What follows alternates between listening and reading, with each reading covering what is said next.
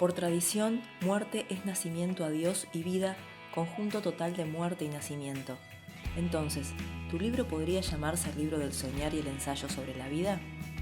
Bueno, desde el lugar llamado vida, desde el cual escribo, por lo tanto no tendría ningún sentido hacer un ensayo sobre lo que está demostrado. Y desde el lugar de la muerte sí, tiene un sentido muy claro. Nosotros le tenemos miedo a la muerte. Todos los seres creemos que la muerte, primero porque nos es desconocido, en principio parece ser que nos es desconocido, por lo cual nos aterra. Es la sombra mayor que hay que incorporar a lo largo de la vida, porque por miedo a la muerte es el miedo al envejecimiento, el miedo al no ser, el miedo al desaparecer, o sea, el miedo en general. La figura más grave del miedo es la muerte. Entonces, ¿qué pasa? Cuando empiezo a escribir el libro del soñar, la primera cosa que aparece como clara es que nosotros, esa frase es de la tradición, de que la vida es una sucesión de muertes y nacimiento. El primer nacimiento es el que tenemos nosotros corpóreo, venimos a esta vida y morimos a algo anterior. Clarísimo. Salís, y fíjate vos que salís de la oscuridad en un canal que te comprime hacia la luz. Y venís de algo que no sabés, o sea que, bueno, ahora hay como más recuerdos, pero hay una instancia que está en el vientre materno, que es en la oscuridad, donde se gesta, que es donde todo se gesta, fíjate vos, empezás a hacer los paralelismos. Entonces, nacés, moriste a una instancia y naciste a otra, pero todos los días morimos, y eso es lo que me muestra en el sueño. Que cuando uno va a dormir, eso lo dicen los hinduistas mucho más claro que nosotros, vamos a nosotros mismos. Entonces, morimos a la vida diaria, dormimos, vamos a nosotros y de nosotros a lo superior. ¿Sí? Hacemos un proceso lineal, digamos. Entonces, si nosotros eso lo tuviéramos claro realmente, ¿por qué es que le tenemos miedo a la muerte? Si en realidad, por eso es un ensayo, todas las noches ensayamos el morir. Y el Corán es aún más claro, porque el Corán dice, todas las noches cuando dormimos, Dios recibe a las almas. Algunas las devuelve a la vida y otras las guarda para Él. Entonces, en el sueño, en ese sueño que se instala, es ese sueño que después es más largo que esa otra vida que es lo que nosotros llamamos muerte, muerte a esta vida que conocemos. Ahora, hay otra vida que empieza que desconocemos. Y ahí hay varias cosas. En el Evangelio Jesús dice de Lázaro, duerme. Cuando le dicen a muerte, él dice, duerme. Está dormido. ¿Está dormido a qué? A la vida actual. Después hay un monje, Mamerto Menapache, muy interesante, que él hace un análisis, llega a su pueblo, festejar el cumpleaños de 80 años de su madre está muerta, no se entera en el viaje que su mamá falleció, y paralelamente su sobrina mayor que estaba embarazada se le adelanta al parto. Entonces él hace una reflexión después de eso, ¿no? O sea, la alegría del nacimiento, la tristeza de la muerte. Y él dice, ¿por qué me da una tristeza y la otra alegría? Y dice, lo que pasa es que en una estoy esperando recibir lo que viene y en la otra yo no estoy para recibir el que se va. Pero si yo creo, están todos los que se fueron antes esperando a la mamá de él, por ejemplo, que había fallecido, del otro lado. Su angustia es que él no está en el otro lado, ni va a poder estar hasta que se produzca en él ese pasaje. Creo que es uno de los nodos más importantes del libro. ¿Cómo es que la vida es una continuidad? Eso es lo maravilloso, o sea, no hay muerte. La muerte, sí, a ver, no vamos a estar como los locos diciendo, no, te vivimos. Dice la Biblia y todas las tradiciones, todo lo nacido de la tierra debe morir. Pero ¿qué cosa muere? Muere esto. Esto que fue construido con el mismo material de la tierra. Es verdad que nacimos del polvo. O sea, nos convertimos en polvo. No hay más que dejar que nos coman los gusanos, ya está, nos queman y hacemos ceniza. O sea, no es ninguna maravilla. Pero bueno, lo que adentro mío habita no porta condición de muerte. Es lo que dice la Biblia también. No hay veneno de muerte porque no hay nada que pueda matar el espíritu que me habita. Los grandes pensadores han hablado de que esto es como una camisa que te acota. Te acota y puedo aprender a través de los sentidos, que son limitados, pero mi espíritu es mucho más que eso. Contanos tu experiencia al escribir este libro.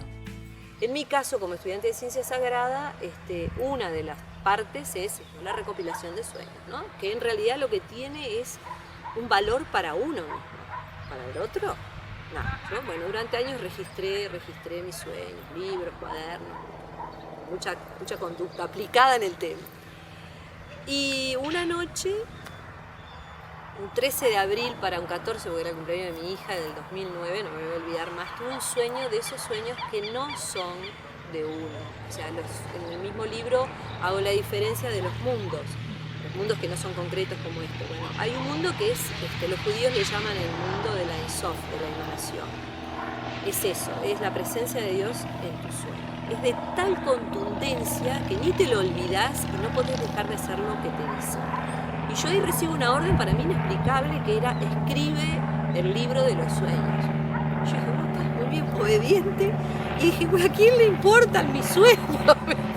Pero cuando empiezo a escribir, que me siento a escribir, el proceso yo lo asimilo a lo que dice Mozart o Beethoven cuando escribían su obra. Ellos nunca dijeron que inventaron. Ellos decían que escuchaban y leían la música y que lo que hacían era copiarla. Lo de los escribas de la Biblia, yo creo que eso era lo que me pasaba. Yo me sentaba y empezaba a escribir, y de pronto paraba. Muchas veces tenía que parar porque el esfuerzo, o sea, yo sentía un calor que me levantaba la cabeza impresionante y que necesitaba parar a hacer eso. Yo cuento, lavaba, planchaba, cocinaba, daba vuelta a tierra, la vida, o sea, afuera, porque me consumía, no era una cuestión que pudiera estar 24 horas dedicada a eso. Pero cuando volvía, a pesar de mis miedos de lo que escribía, porque muchas veces yo decía, ¿esto que escribí?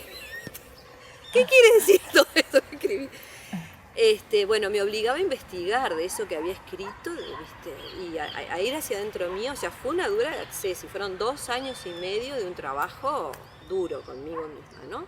Pero bueno, me enamoraba. O sea, lo que pasaba es que empezaba a escribir y lo que sea que escribía ahí hacía un efecto de enamoramiento, así que no tenía más remedio que seguir. Y después investigando me pasaban esas cosas que yo contaba el otro día, y es literal, se me caían libros en la cabeza. Cuando estaba, por ejemplo, sentada, yo decía, ¿cómo entenderé esto? Una de las veces me cayó el Bhagavad Gita realmente en la cabeza, me dio así que se cayó abierto, y lo leo y habla de lo que yo, ¿viste? No entendía, de la presencia de divina, ¿no? Que lo pongo en el libro, como es lo mismo que pasó cuando sube Jesús a la montaña con los 3 discípulos. Dicen lo mismo. Y yo decía, ¿viste? Y todo el tiempo fue así. Yo lo que siento es que fui guiada, lo único que hice fue tener disposición de ánimo a hacer lo que se me pedía, pero hasta la disposición de ánimo, vaya, yo no podía no hacerlo, no sé cómo explicarlo, es como, si no lo hacía no sé qué hubiera pasado, sé que lo tenía que hacer, y no podía parar de hacer. ¿Cómo identificás cuáles señales son las verdaderas? A medida que vas elevándote en la inmanencia divina, se presentan de distinta manera, se presentan de tal manera y hay tales elementos que tú ya te das cuenta que no es un proceso mental tuyo, no es algo que quedó en el inconsciente que no existe, porque si es inconsciente jamás vendría. Pero bueno, en esos lugares que no se sabe cómo acceder, en esas cuevas, digamos, que no viene de ahí, tienen determinados elementos, y ahí me apoyé mucho en lo que ya está escrito. O sea, ahí fue que vino a dar a mis manos el libro tibetano de la vida y de la muerte, en la cual ellos tienen así puntualmente detallado todos esos mundos, la Kabbalah, toda la parte judía de conocimiento, después toda la tradición cristiana a través de Ansel Grum, a través de los benedictinos, o sea, hay muchísimo material que se desecha por antiguo. En todo eso yo me fui investigando para poder darle forma a lo que intuía y que de repente no sabía cómo verbalizar. Y de ahí es que genero, y de la Biblia sin duda, porque yo el método lo extraí de la Biblia, no es que lo traje de ahí, no. Por eso me dicen, ¿por qué la Biblia? Primero porque es mi libro madre, y uno tiene que empezar a hablar de lo que conoce realmente, no de lo que intuye, sino lo conozco. Pero para mí fue muy impactante ver como un libro que yo trato a diario era como que elevaba las letras así y me mostraba, bueno, mira, acá en el Génesis esto, en los números esto, en el Eclesiastés, en el Eclesiástico, en Tobías, en Ruth, en los Evangelios, porque el mundo de soñar está en toda la Biblia. Vos fíjate que hay un tema que es clarísimo, que es que a José le dice el arcángel Gabriel, toma a esta mujer y créele, porque se le apareció en sueño. A María se le apareció en cuerpo, que eso también tiene una literatura impresionante. Pero a José le avisan en sueños. A los reyes le dicen, no vayas de vuelta por ahí, no le avises, vete por otro lado. O sea, a José le dicen, ve de Belén a tal lado, en sueños. A Pablo le dicen, pasa de Tarso a tal lado, a uno de los discípulos. ¿Y por qué creemos que la Biblia escribe todo eso? Porque sí. ¿Por qué creemos que Dios creó una tercera parte de nuestra vida? Porque sí, solo para que durmiéramos. Sí, el descanso es necesario, pero lo más impactante de todo eso al final del libro es cómo me muestra que el origen, ese del cual nosotros hablamos en el Génesis, en el cual era un caos, en el que Dios sobrevolaba, está en el mundo de nuestros sueños. La posibilidad de creación, la posibilidad de tocar ese lugar, está ahí. ¿Qué cambió en ti? Bueno, me cambió toda la vida, ¿no? Fíjate que lo primero que te digo es que se rompió mi relación de pareja, empezando por ahí. O sea, porque lo que miré de mí misma, eso que es una mirada muy personal, es cuánto de voluntarismo en todo lo que hago, voluntarismo sin consulta hay en mi vida. No es que rompí mi pareja porque era la perfecta y yo, no, era porque yo decidí que se lo tenía que ser mi pareja, decidí que tal cosa, nunca le pregunté a Dios. Viste que yo te decía, este lugar hasta que no le pregunté a mi obispo, no apareció. Mi hija, ay querida, 4 años siendo estudiante. No llevaba 2 días, llevaba como 10 años de estudiante y no se me ocurría que tenía que consultarle a Dios. ¿Dónde quiere que yo vaya a vivir? ¿Qué le parece que puedo hacer? No, yo, viste, quiero ir a vivir a tal lado, de esta manera. Y bueno, lo mismo en todas las áreas de mi vida. ¿Por qué pensás que te eligieron a ti para escribir este libro? No tengo ni idea, lo único que te puedo decir es que quizás porque tuve la disposición de oír, no creo que mucho más que eso, y porque también, bueno, a ver, de alguna manera creo que todos tenemos cualidades distintas para hacer distintas cosas, ¿no? O sea, yo no sé picar una pared, lo he intentado y todo el mundo dice, sos una inútil, y trato, pero no lo soy, no soy buena dibujante, pero bueno, tendré otras cualidades que son las que hizo que decidiera eso. Mirá, no hay, si uno lee realmente, por eso también es interesante leer sobre la vida de los distintos santos o gente. A ver, Pedro era de terror, era machista, lo negó. Y vos decís, pero ¿y cómo fundó la iglesia? Bueno, lo que él vio de Pedro, lo vio él. La mirada, eso es lo que nos cuesta más. La mirada de Dios sobre nosotros y su creación no es la mirada nuestra. Entonces ya entender eso es muchísimo. Como para poder decir con propiedad por qué. A mí se me escapa. No tenés por qué ser nada especial para que Dios quiera hablar contigo. Lo que pasa es que sos tú. El libre albedrío es eso. Sos tú la que no querés hablar con él. Sos tú la que no lo querés mirar. Yo, bueno, David, capaz que miré para arriba y dije, ay, bueno, a ver, una que mira para arriba. Hay una cita de Sócrates que dice, examino con valor mis ideas por miedo de creer saber lo que en realidad ignoro. ¿Hasta dónde debemos cuestionarnos? Todo. O sea, porque, a ver, en esto, pues fíjate vos lo que te acabo de decir, en esto de creer saber, yo creía que iba a escribir otra cosa. Primera cachetada, nada que ver con lo que yo creía. Segunda cachetada, cuando tenía que entender algo con absoluta profundidad, él me acercaba los elementos para los que yo pudiera entender. Entonces, permanentemente tenía que estar, ¿y esto de dónde sale? Por eso te digo, fue una dura exégesis. Todo el tiempo examinándolo. En un momento dado, viste, un montón de gente así, que sabía que yo escribía de distintas tradiciones. Ay, pero ¿y por qué no nombrás Dios? ¿Y por qué decís esto? Y yo me sentí como en la obligación de conciliar, por eso se llama concilio. ¿Sí? Pero fue otra patada.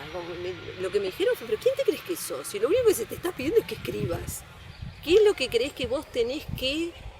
Y ahí, bueno, como lo duro de esa circunstancia es como si perdieras la conexión. En ese momento en el cual tu ego, tú misma, o tus aprehensiones, tus miedos se interponen, es como si algo se desconectara. La sensación de desconectarte es terriblemente triste, es de una desolación que yo solo la viví cuando viví esta experiencia. Entonces, bueno, a lo que me obligaba era eso. Bueno, está bien, me equivoqué. Nuevamente me equivoqué. No es con los hombres que yo tengo que conciliar. A ver, ¿qué querés que diga en esto? Y bueno, y después sí fue todo el libro. ¿En qué tiempo vivimos? ¿Es tiempo de hacer qué cosa?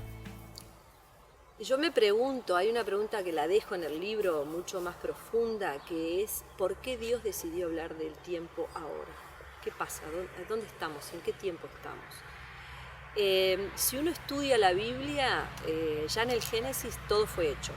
O sea, cuando Él descansó en el séptimo día, todo fue terminado. Por lo tanto, nosotros no estamos en el séptimo día, estamos en el sexto día. Estoy transitando entre esos dos aspectos, sexto y séptimo, entre la entrada y el descanso. Ahora, la entrada al descanso para nosotros, desde el punto de vista además de cómo se ha manejado todo esto, viene el fin del mundo, o sea, la Biblia no dice que se termina el mundo, dice se terminan los tiempos. Y Dios está hablando de qué en este libro, del tiempo.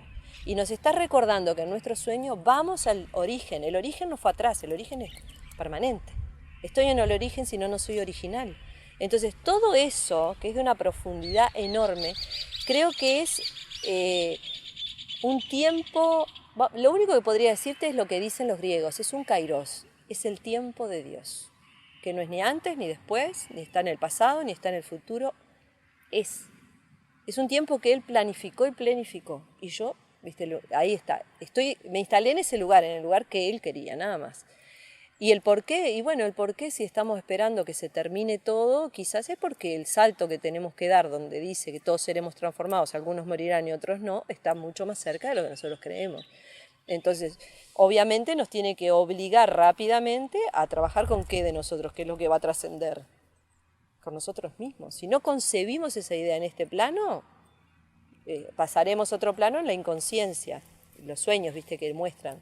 Morfeo, Neiro, o sea, son los distintos estadios del sueño. Si yo no logro realizar en esto que me tocó de vida esa concepción, ¿cómo la voy a hacer en el otro? Si no está todo esto para lo cual fue creado. Por eso, creo que es un tiempo de preparación. Es un tiempo de preparación para una dormición que no sé ni cuándo sucederá. Si Cristo dijo que ni sabía, imagínate. Pero vivan, decía él, vivan como hoy si fuera el último día.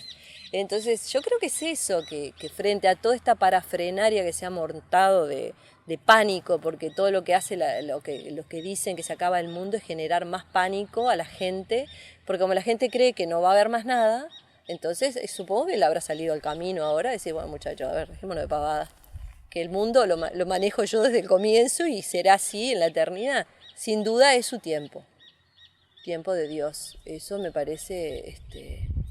A mí me parece muy, muy, muy fuerte, ¿no? Vivimos en un tiempo de Dios y vivimos como que no pasara nada.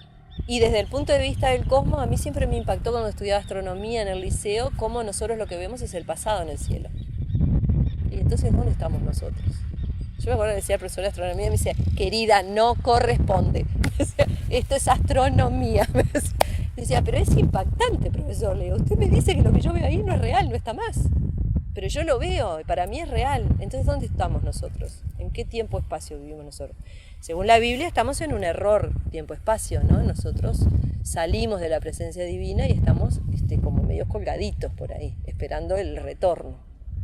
Vivimos, primero que nada, vivimos en el cielo. Cuando la gente dice, ¿dónde está el cielo? ¿Dónde está la tierra? Vivimos en el cielo, o sea, la pelota esta, que es nuestro vehículo, nuestra nave extraterrestre, como la quieran nombrar, está en el cielo. Eso ya es una maravilla. O sea, vivimos en el cielo. ¿Quién maneja todo eso? ¿Quién está por encima de todo eso? Él. Bueno, hay, por supuesto, los hindúes lo que hablan no es que no existe Dios o que no lo maneja. Lo que hablan, han podido medir es las dimensiones de los años de Dios en tanto la dimensión nuestra humana.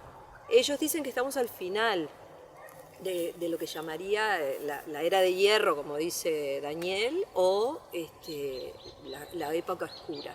Estamos a punto de un cambio, de una nueva humanidad, de un nuevo proceso. Y eso lo sentimos todos. Entonces, cuando están esas dos cosas, ¿qué pasa? Se ve muchísima oscuridad, y se ve en nosotros, adentro nuestro, afuera. ¿Pero por qué se ve? Porque hay una entrada de luz. Si no hubiera entrada de luz, no hay contraste. Por lo tanto, estamos ahí y hay tomas de conciencia en un aspecto y hay mucha confusión. Hay una confusión muy enorme entre lo que es la toma de conciencia y lo que es el espíritu. Entonces, hay un movimiento, pero también lo que le queda al muchacho enemigo, el adversario que tenemos ahí en la tierra, que Dios lo dejó para algo. O sea, no es que Él es igual al Señor, no, el Señor en Job es clarísimo, le dice, ve y haz lo que tienes que hacer, pero Él sabe pero el otro está por debajo, por supuesto, pero ese a nosotros nos confunde a todos. Entonces confundimos el espíritu con la emoción, con el psiquismo, con el bajo psiquismo, con la espiritualidad, es como una especie, entonces es una época riquísima y es una época peligrosísima. Porque también está dicho, está lleno de grandes maestros. Jesús fue clarísimo, en Mateo 23 dice, no le diga el maestro a nadie, el maestro está en el cielo, el Padre está en el cielo, a Cristo le dicen instructor. Y era el Cristo, o sea, era Dios mismo encarnado en la tierra. Si Él nos advierte de eso, es porque pasa todo esto. Entonces, y confundimos nuevamente la maravilla con la materia. O sea, Jesús hizo algunos signos para mostrarnos que existía otra cosa. Pero no te dejes llevar por los signos. No te dejes. O sea, yo puedo afinarme tanto que puedo hacerte milagros, convertirme en milagros, porque es una cuestión del manejo sutil de la materia. Eso no me hace más elevada.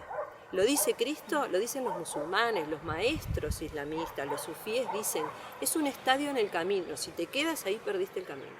Por lo tanto, cuanto menos haga uno de aparatoso, mejor es. O sea, no sigas, él dice, no digan estoy allá, vayan. No. Si cuando yo venga lo verán todos juntos. No quedará duda de cuando venga. Trabajen con ustedes, eso es lo único que nos pide. Recen, tengan comunidad de intereses, de ayuda, pero trabajen con ustedes. No anden persiguiendo lucecitas de colores. Y mira que yo fui una de las que perseguí.